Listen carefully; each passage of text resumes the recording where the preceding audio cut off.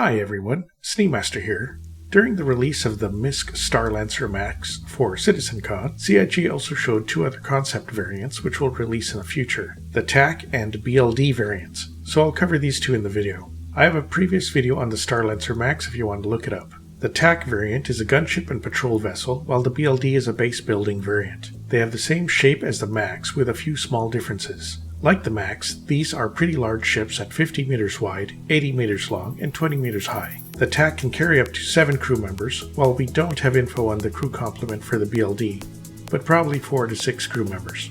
The ships have 2 floors with a bridge on the front of the second floor. The bridge has seats for the pilot and co-pilot. The pilot has control of the nose guns and missiles, although the co-pilot should have access to the missiles too in the future. Behind this area are 2 more seats for the remote upper turrets. The gunners here can remotely control the turrets and also close some armored shutters on the side windows for extra protection.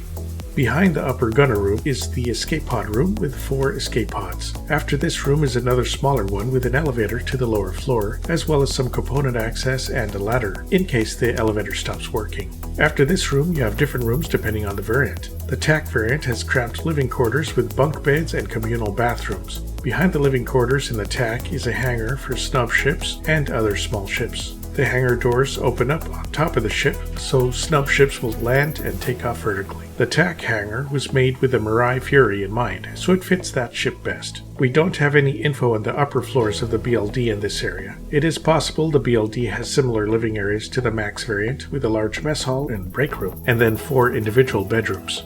The other possibility is that it has a TAC-style small living quarters and stores drones in an upper hangar.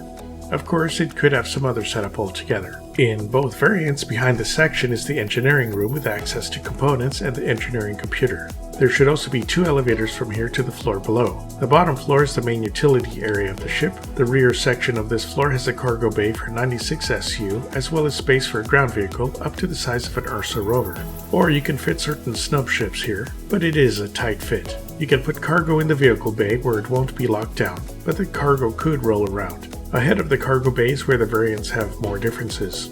Forward of the cargo bay in the TAC variant, you have a med bay with 2 Tier 3 medical beds. These beds won't heal every wound, but are good enough to heal minor wounds and will keep someone from dying. The medical beds on the TAC allow it to be used as an ambulance and rescue ship. You can use a snub like the Pisces to pick up players and then heal them on the med beds until you can get them back to a hospital.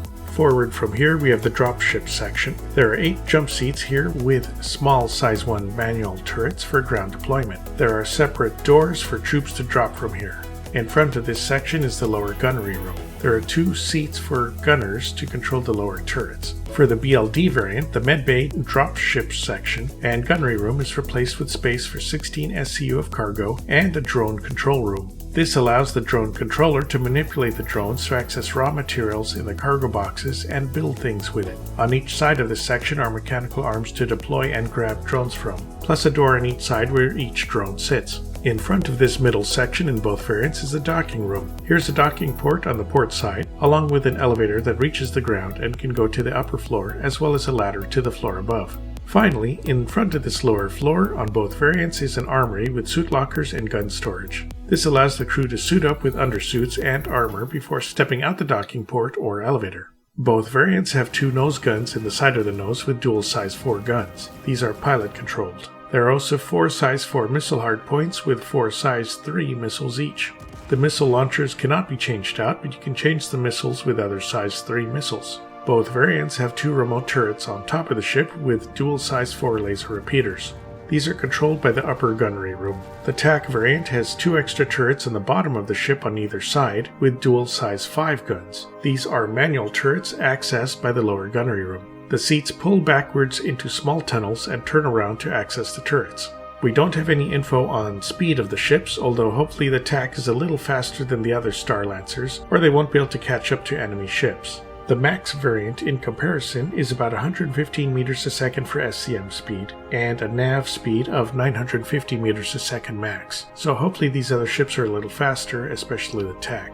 The TAC has dual size 3 shields, while the BLD and Max only have a single size 3 shield. The TAC also has a size 3 power supply to handle the extra power load of the extra shield and turrets, compared to 2 size 2 power plants on the BLD. The TAC may also have extra armor than other variants.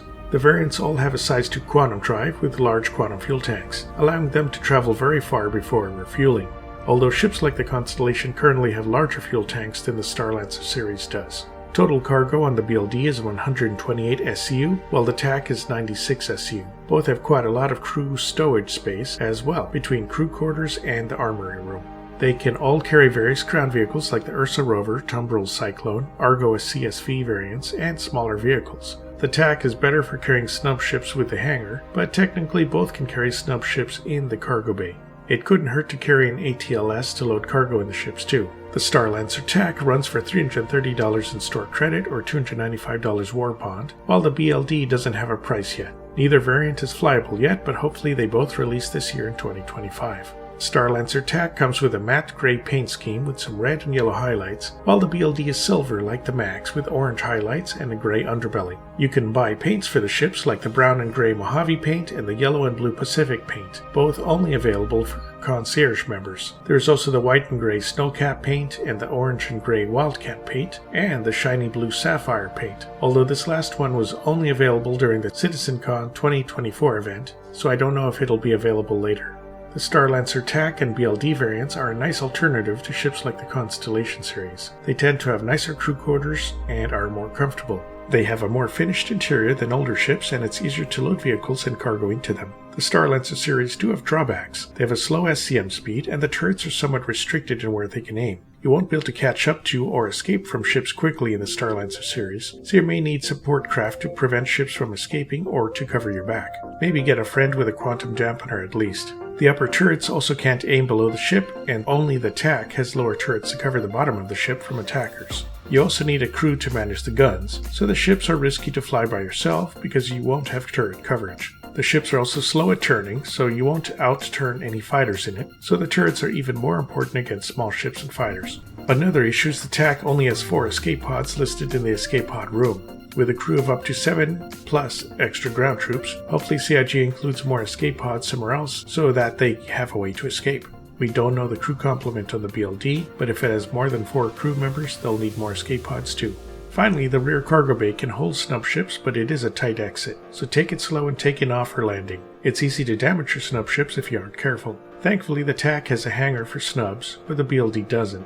These variants do have unique features that make them useful for certain tasks. The TAC has a lot of turrets for ground and air combat, as well as the ability to drop off troops or ground vehicles, so it's great as a transport for combat operations. You can use the TAC as a gunship to pummel ground and space targets or clear landing zones. The snub hangar and long-range tanks make it very good for patrolling space lanes, plus the side docking port is useful for boarding other ships. The large number of missiles are great for taking down fighters and medium ships. This makes it great for law enforcement or for piracy. The BLD is one of the few base-building ships CIG has listed, aside from the CNOU Pioneer, and since it's a smaller ship based on an existing design, it'll probably release much sooner than the Pioneer. The drone control room will make it easier to control drones to build your buildings from an aerial view, plus it can carry the cargo needed for building things long distances. You won't be able to build buildings as large as the Pioneer will, but you'll still be able to build decently sized buildings. The various defenses on the ship ensure you can build objects in dangerous locations like Pyro. With these next variants releasing hopefully soon, the Starlancer ships will make a fine addition to any fleet. The TAC is probably going to release within the next couple of major patches, while the BLD will have to wait for base building to be ready, so that could be the 1.0 patch. They do have a very rounded shape common to MISC ships, so if you like the MISC aesthetic, then you'll enjoy the Starlancer series. Alright, that's it for the MISC Starlancer TAC and BLD preview. I hope you enjoyed the video. I'll make a new one once these ships do come out. Please like and subscribe, and you can use my referral code if you decide to jump into Star Citizen, and you'll get 5,000 extra in-game credits. Here's a big thank you to my current patrons. Please check out my Patreon membership to help me make more videos. All patrons and members will have their names listed at the end of my videos, and get access to my Discord channel. Patrons and members also have first pick on the next item I'll cover, so feel free to sign up and let me know what you'd like to see next. Okay, catch you all next time.